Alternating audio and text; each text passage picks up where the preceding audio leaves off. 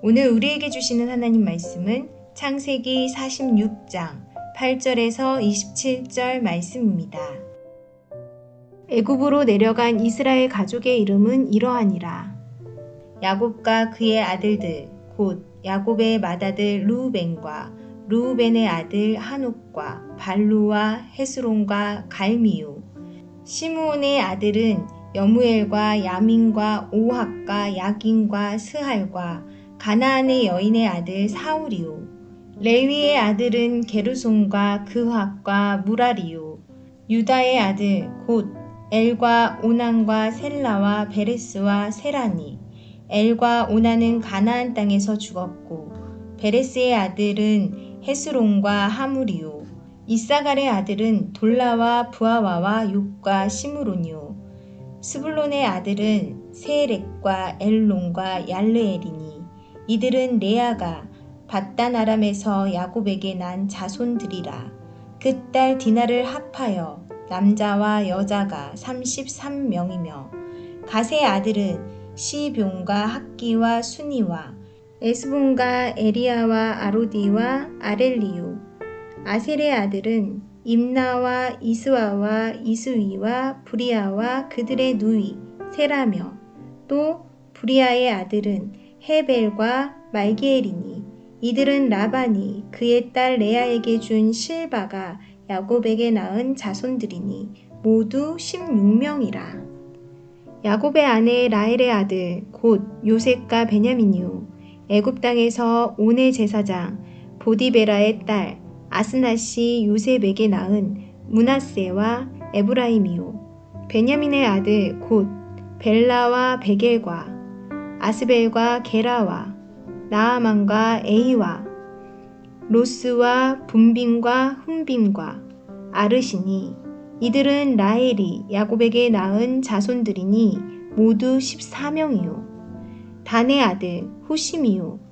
납달리의 아들 곧 야스엘과 구니와 예세엘과 실렘이라. 이들은 라반이 그의 딸 라헬에게 준 빌하가 야곱에게 낳은 자손들이니 모두 7명이라. 야곱과 함께 애굽에 들어간 자는 야곱의 며느리들 외에 66명이니 이는 다 야곱의 몸에서 태어난 자이며 애굽에서 요셉이 낳은 아들은 2명이니 야곱의 집 사람으로 애굽에 이른 자가 모두 70명이었더라.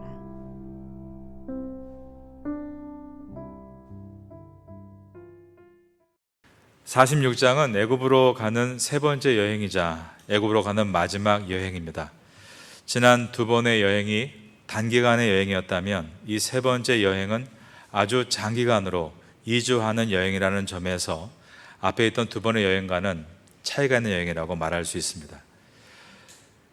아브라함과 일가족이 출발하는 모습은, 야곱과 그 일가족이 출발하는 모습은 아브라함이 하나님의 말씀을 받아서 떠나는 장면을 연상시킵니다.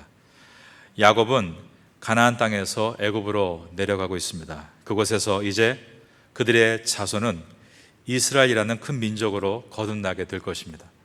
오늘 본문인 8절부터 27절은 애굽으로 여행하는 여행자들의 명단이 들어 있습니다. 야곱의 자손의 이름을 하나하나 기록하고 있습니다. 창세기는 아무도 기억하지 않을 순간을 서술하면서 그들의 이름을 하나하나 필체로 남겼습니다. 이들은 훗날 이스라엘이라는 엄청난 강력한 하나님의 민족으로 거듭나게 될 것입니다. 여러분, 첫걸음이 거창하지 않다고 해서 의미 없는 것이 아니라는 것입니다. 그것이 결과로 나오기까지 수십 년, 아니 수백 년이 걸릴 수도 있습니다. 야곱의 70인의 가족이 야곱의 새로운 이름인 이스라엘을 따서 지은 이스라엘 민족으로 거듭나기까지는 430년이 걸립니다. 그러나 중요한 것은 하나님의 계획은 반드시 이루어진다라는 사실입니다. 우리가 실패라고 생각하는 이유는 언제입니까? 나의 때에 열매를 추수할 때만 성공이라고 생각할 때입니다. 우리가 실패라고 생각할 때가 언제입니까? 나의 방법으로 열매를 추수해야만 성공이라고 생각할 때입니다. 그러나 그렇지 않습니다. 하나님은 하나님의 계획을 따라 우리를 부르셨고 우리를 통하여 반드시 모든 일들을 이루어 가신다. 이것이 성경의 말씀입니다. 여러분들은 여러분 자신을 보면서 나의 때에 나의 방법으로 이루어지지 않는다고 해서 낙심하지 마시고, 하나님은 모든 걸 통하여서도 반드시 이루어 가신다는 것을 기억하시고 주를 신뢰하고 담대히 하루를 살아갈 수 있게 되기를 예수님의 이름으로 축원합니다. 8절에서 15절은 레아가 야곱에게 낳은 자손들을 소개합니다. 그리고 16절에서 18절은 실바가 야곱에게 낳은 자손들을 소개합니다. 이것이 46장의 기록 방식입니다. 매우 독특합니다. 야곱의 아들들을 나이 순으로 기록한 것이 아니라 그들의 어머니를 중심으로 기록했습니다. 또한 야곱이 가장 사랑한 라헬을 처음에 언급하지 않고 레아를 맨 앞에 언급하고, 레아가 낳은 첫 번째 아들 바로 르우벤으로부터 이 기록이 시작이 됩니다. 이런 특징이 있고, 또 하나의 특징은 딸들도 기록이 되어 있다는 것입니다. 사실 지금까지 야곱의 모든 가족을 소개할 때 딸들을 소개한 적이 없습니다. 단 한 번 어떤 사건 때문에 세겜에서의 사건으로 그의 딸 디나를 소개했던 것 외에는 딸들을 소개한 적이 없습니다. 그러면 딸들은 낳지 않은 것입니까? 야곱의 가족은 다 아들만 있는 것입니까? 그렇지 않죠. 성경이 사건을 중심으로 12 아들들을 기록하고 있지만 사실 그 아들들만큼 딸들도 많이 낳았던 것입니다. 오늘 본문에는 딸과 손녀의 이름들도 언급이 됩니다. 아래 내려가서 46장 15절을 보시면, 이들은 레아가 밧단 아람에서 야곱에게 난 자손들이라. 그 딸 디나를 합하여 남자와 여자가 33명이여 라고 되어 있습니다. 창세기에서 보통 수를 계산할 때는 남자의 이름만을 기록하고 계산하는데, 이 야곱의 후손의 명단에는 여성의 이름도 기록되어 있는 부분이 있습니다. 바로 17절에 나오는 세라와 같은 경우입니다. 17절을 보겠습니다.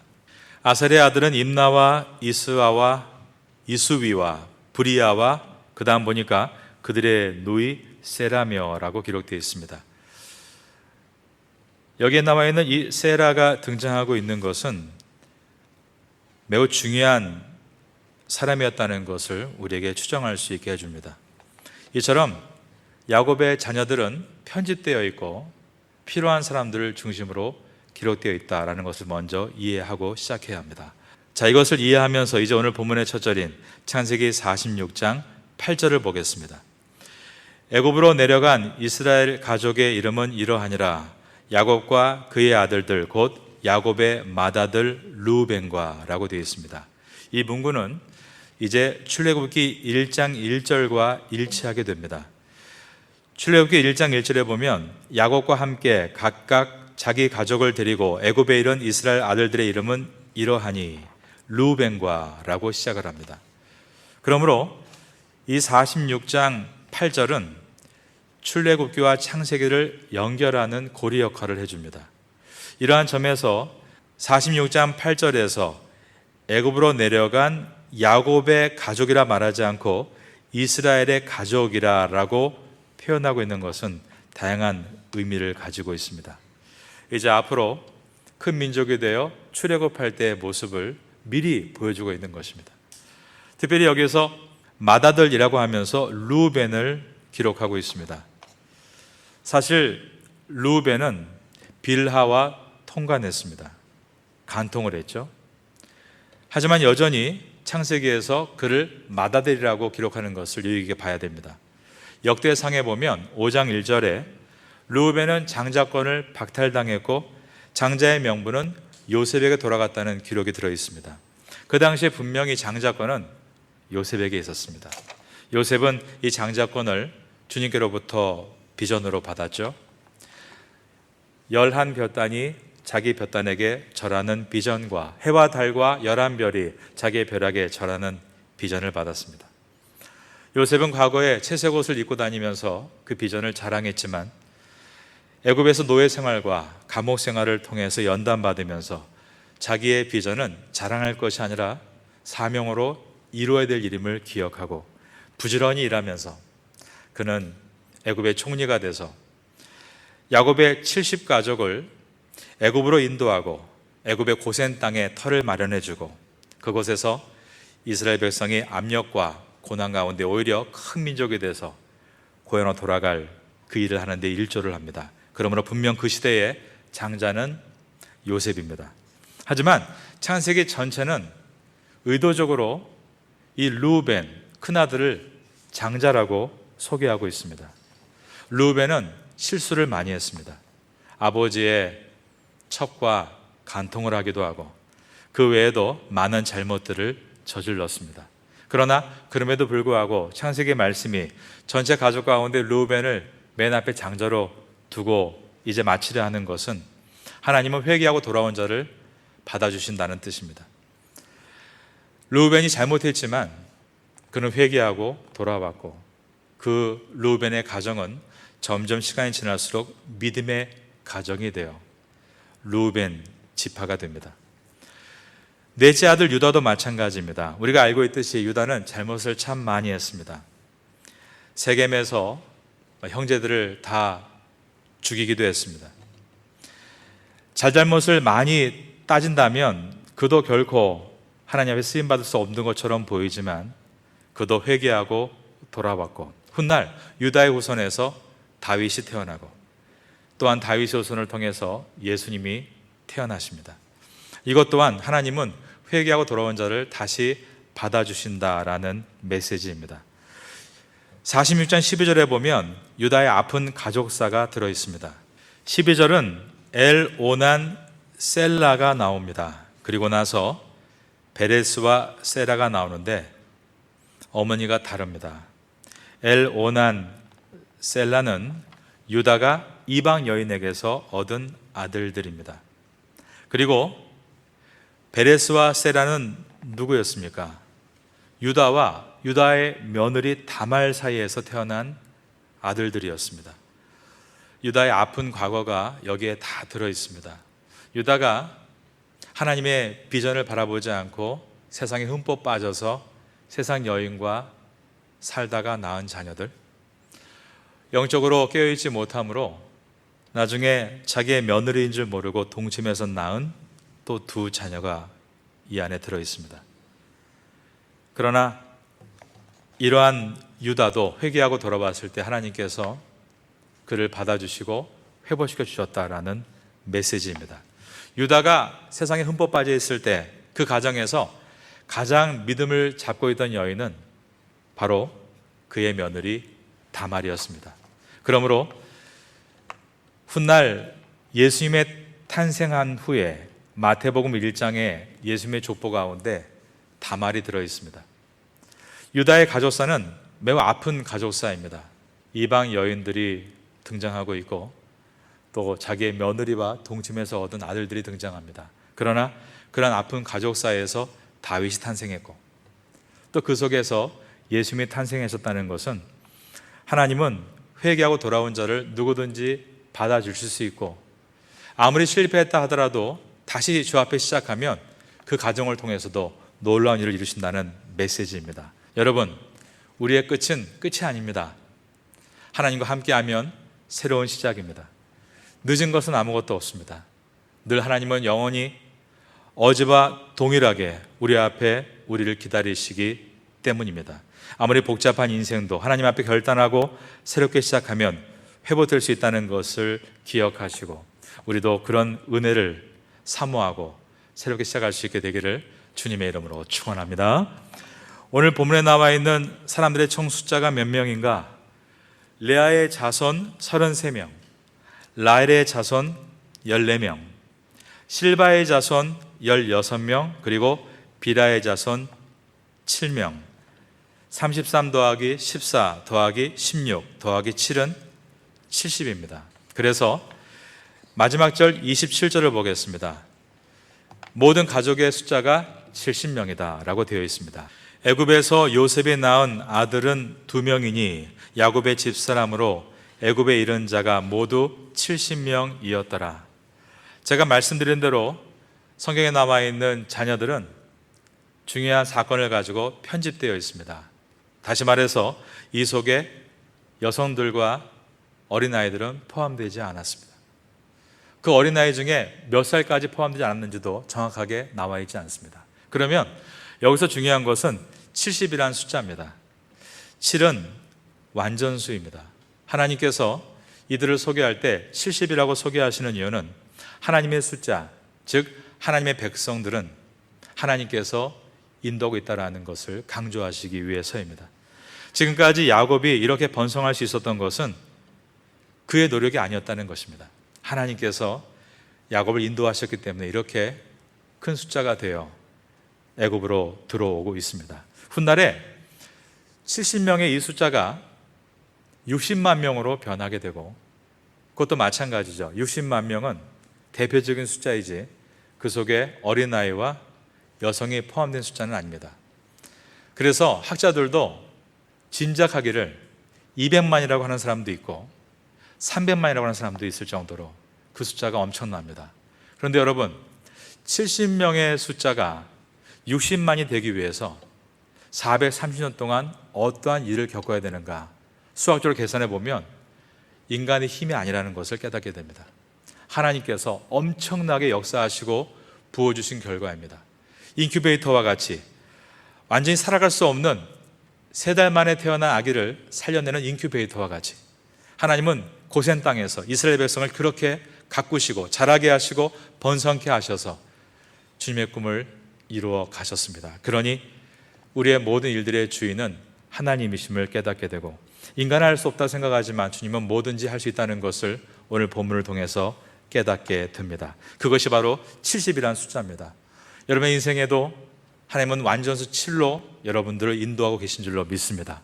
두려워할 것이 없고 낙심할 것이 없습니다. 왜냐하면 우리의 모든 인생길의 주인은 하나님이시기 때문입니다. 야곱이 거느린 이와 같은 많은 자손은 하나님께서 얼마나 약한 사람을 들어서 역사하시는가를 보여주고 있습니다. 야곱이 누구였습니까? 그의 이름대로 발꿈치를 잡는 사람이었습니다. 그는 가족에게 쫓겨나서 변변하게 직업도 구하지 못하고 집 한 채 얻지 못한 사람이었습니다. 그러나 야곱에게는 꿈이 있었고 눈물로 기도하다 잠든 곳에 하나님께서 사다리를 내려주심으로, 사다리는 무엇입니까? 기도한 자에게 응답받는 과정이 사다리입니다. 눈물로 기도하다 잠들었을 때 하나님께서 요한계시록에 나오는 것처럼 하나님의 천사가 오르락 내리락 하며 야곱에게 응답해 주셨고, 야곱은 그런 비전과 꿈을 가지고 연단받고 이렇게 주님의 귀한 사람으로 쓰임 받을 수 있었습니다. 우리도 마찬가지입니다. 우리가 비록 지금은 많이 부족하고 연약해 보인다 할지라도 하나님은 반드시 주님의 놀라운 계획을 성취하고 계시고, 그 완전한 성취의 끝은 주님께서 이 땅에 다시 오시는 것으로 완성될 것입니다. 세상의 화려함과 또 세상의 발전들이 가끔 우리를 너무 무기력하게 만들기도 하고, 우리의 신앙의 정진이 이 세상을 따로잡을 수 있을 것인가 낙심하게 할 때도 있지만 낙심할 필요가 없습니다.